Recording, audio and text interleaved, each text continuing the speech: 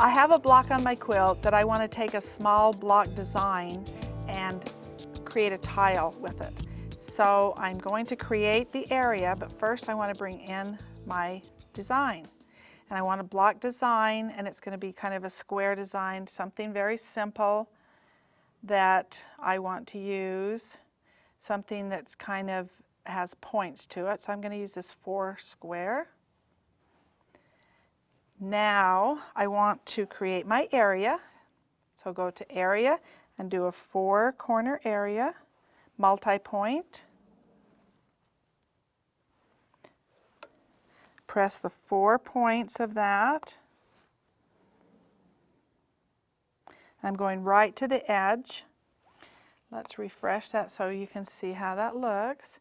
I want this in here, and I want a few of them in there. So we're going to repeat. And if you see this, let's go back so you can see the area size 7.5, almost 8 by 6. Let's go now to our repeat. This one design is 6 by 6. I think I'm going to, just for fun, go back in here and do a lock aspect and make this one 1.5. Now, see how small that is? Then I'm going into my repeat, and I want to actually into my rotate, and I want to rotate this. And then I'm going to baseline it.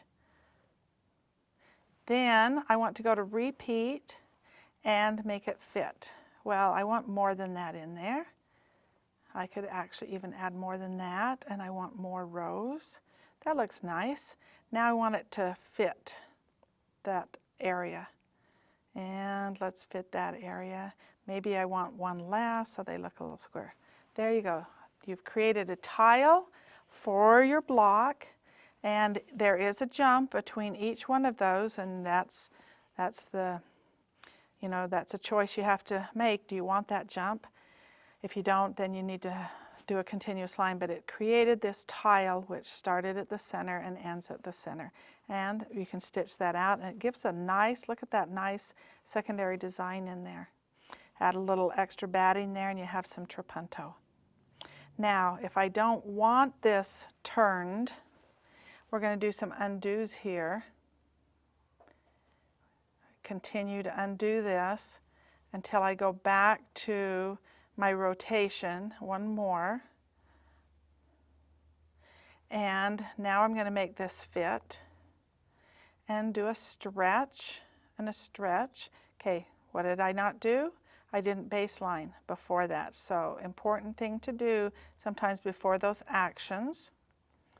So we're going to go back to, let's redo that. You see how I can even undo that? We're going back to resize and type in that 1.5. There's my size again. Go to baseline. Baseline that. Then we're going to a rotation. I think we'll do a repeat. Fit that to the area. Then if I wanted to, if I group this, we haven't used this group button. If I group this, then I do a rotation. It rotates the whole design. Undo, undo the group. Then I rotate this, and it does each individual rotation. So it's a choice you get to choose whether you want that group. Now I could group this, which is basically a baseline. Then I could rotate that, and it's rotating that design as it is around the block, locked in just like that, so it would rotate around. So that's how group works, so that you can see, use it or not, depending on if you want to add some tile quilting to your quilt.